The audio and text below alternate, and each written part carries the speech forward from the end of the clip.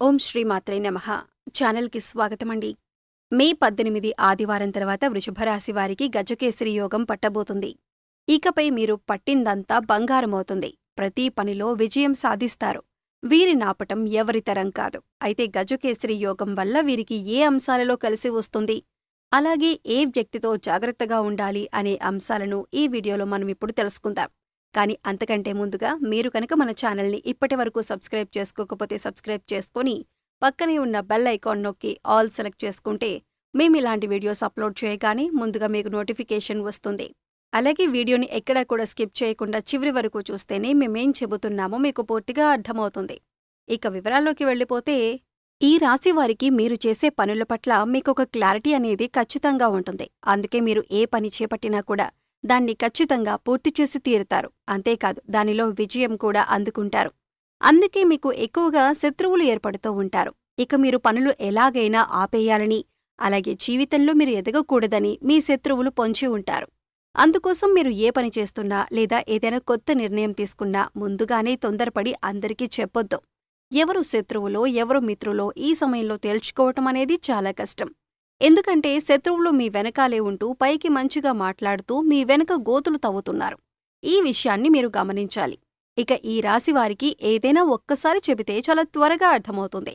అలాగే నైపుణ్యాన్ని, తెలివితేటల్ని, చాకచక్యాన్ని అధికంగా కలిగి ఉంటారు.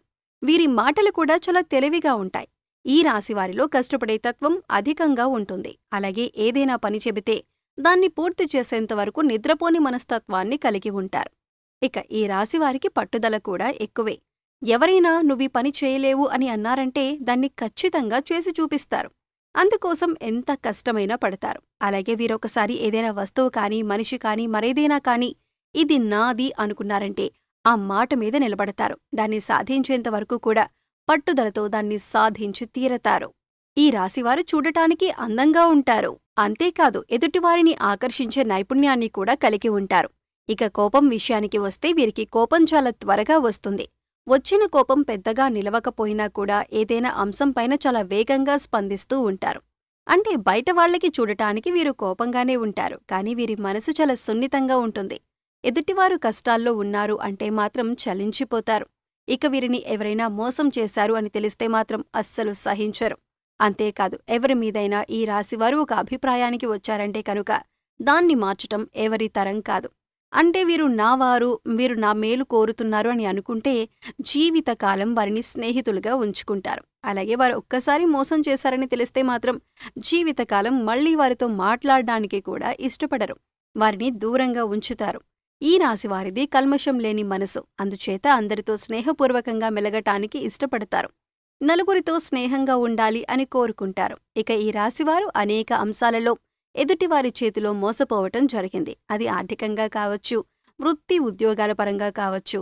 అనేక రకాలుగా వీరిని అందరూ మోసం చేస్తూ వచ్చారు.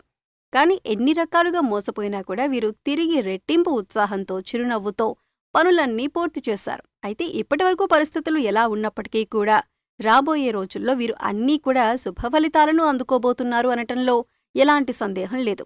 ప్రస్తుతం నడుస్తున్నటువంటి గ్రహస్థితి కారణంగా గ్రహాలు అనుకూలించటం వల్ల ఈ రాశివారికి అన్నింటిలో కూడా అనుకూలమైన ఫలితాలు పొందేందుకు అవకాశాలు ఎక్కువగా ఉన్నాయి. ముఖ్యంగా విశేషమైన రాజయోగం అందుకుంటారని చెప్పుకోవచ్చు. ప్రతి అంశంలో కూడా మీదే టాప్గా ఉంటుంది. మీకు నచ్చిన విధంగా ఇతరులు ప్రవర్తించటం మెరుగునిస్తుంది. ఇంటా బయట కూడా మీ మాటకు విలువనిస్తారు. అయితే ఈ రాశివారు తమ ఆరోగ్యం పట్ల శ్రద్ధ వహించాలి. ముఖ్యంగా చూసుకున్నట్లయితే ఏదైనా పనిలో నిమగ్నమై ఉన్నప్పుడు ఆ పని మీద ఎక్కువగా కాన్సంట్రేట్ చేస్తారు. దానివల్ల మీరు ఆరోగ్యం నిర్లక్ష్యం చేయటం అనేది జరుగుతుంది. అయితే సమయానికి భోజనం, తగిన విశ్రాంతి, వ్యాయామం, యోగా, మెడిటేషన్ ఇటువంటివి సరిగ్గా నియమబద్ధంగా పాటించినట్లయితే కనుక వీరి ఆరోగ్యం కూడా మెరుగుపడుతుంది. ఎటువంటి అనారోగ్య సమస్యలనేవి ఉండవు. అయితే గ్రహాలు అనుకూలించటం వలన వీరికి అన్ని మంచి ఫలితాలు చాలా తేలికగా అందుకుంటారని చెప్పొచ్చు. అయితే మీరు చేస్తున్న పనిలో ఆటంకాలనేవి రావు. ముఖ్యంగా ఇక్కడ గమనించవలసిందేమిటంటే తేలిగ్గా అంటే మీరు ఏ పని చేయకుండా మంచి ఫలితాలు పొందుతారు అన్న ఉద్దేశం కాదు. మీరు చేసే ప్రయత్నం మీరు చేస్తూ ప్రణాళికాబద్ధంగా పనులన్నీ పూర్తి చేసుకుంటూ పక్కవారిని అనవసరంగా నిందించకుండా, అవమానించకుండా మీ పని మీరు చేసుకున్నట్లయితే ప్రతి పనిలో కూడా విజయం మీ వెంటే ఉంటుంది. ఈ సమయంలో మీ కుటుంబ వ్యవహారానికి సంబంధించి కుటుంబ సంబంధ బాంధవ్యాలన్నీ కూడా అనుకూలిస్తాయి. ప్రతి ఒక్కరూ కూడా ఆనందంగా ఉండటాన్ని మీరు గమనిస్తారు. గతంలో ఏవైనా చిన్న చిన్న గొడవలు ఉన్నా కూడా అన్నీ నెమ్మదిగా సర్దుకుంటాయి. కుటుంబంలో అందరి అంగీకారంతో శుభకార్యాలు నిర్వహిస్తారు.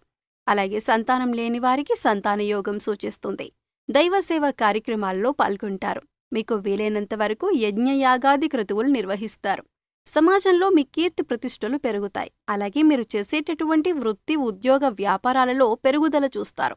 గతంలో ఉద్యోగంలో నిలకడలేని వారికి ఉద్యోగంలో స్థిరత్వం ఏర్పడుతుంది. అలాగే కాంట్రాక్టు ఉద్యోగస్తులకు ఉద్యోగం పర్మనెంట్ అవుతుంది. సంతానం మీకు అనుకూలంగా ఉంటారు. మీరు చెప్పిన విధంగా వారు నడుచుకుంటారు. ఇది మీ మానసిక ఆనందానికి కారణమవుతుంది. అలాగే నూతన వస్తు వాహన ఆభరణ గృహోపకరణాలు కొనుగోలు చేస్తారు. గతంలో సొంతిల్లు నిర్మించుకోవాలనుకున్నా లేదంటే స్థలం కొనుక్కోవాలనుకున్నా ఇప్పుడు ఈ సమయంలో మీకు కలిసొస్తుంది. వ్యాపారస్తులకు లాభదాయకంగా ఉంటుంది. అలాగే నూతన వ్యాపారంలో పెట్టుబడి పెట్టాలి అనుకున్న వారికి అనుకూలిస్తుంది. రాజకీయంలో ఉన్నత అధికార పదవీ ప్రాప్తి కలుగుతుంది. పుత్ర సంతానం కావాలి అని కోరుకునే వారికి పుత్ర సంతానం లభిస్తుంది. విదేశాలు వెళ్ళాలి అనుకునే వారికి అలాగే అక్కడే స్థిరపడాలి అనుకునే వారికి కూడా ఇది చాలా యోగవంతమైన కాలంగా చెప్పుకోవచ్చు. ఇక ఇప్పటికే అక్కడ ఉండి చదువుకుంటున్న వారికి కూడా అక్కడ స్థిరత్వం ఏర్పడుతుంది. విద్యార్థులకి, వృత్తి ఉద్యోగ వ్యాపారస్తులకి ఈ సమయం చాలా అనుకూలంగా ఉంటుంది. గతంలో కోల్పోయినటువంటి ధనం కానీ లేదా అవకాశాలు కానీ ఇవన్నీ కూడా మీరు తిరిగి పొందుతారు. అలాగే ప్రస్తుతమున్న గ్రహస్థితి అనుకూలించటం వల్ల విద్యార్థులకు అనుకూలంగా ఉంటుంది. ప్రత్యేకించి పోటీ పరీక్షలు రాసేవారికి అనుకూలమైన సమయంగా చెప్పుకోవచ్చు. అయితే ముఖ్యంగా మీ గ్రహస్థితి అనుకూలించటం వలన మీరు ఏ పని చేసినా కలిసి వస్తుంది.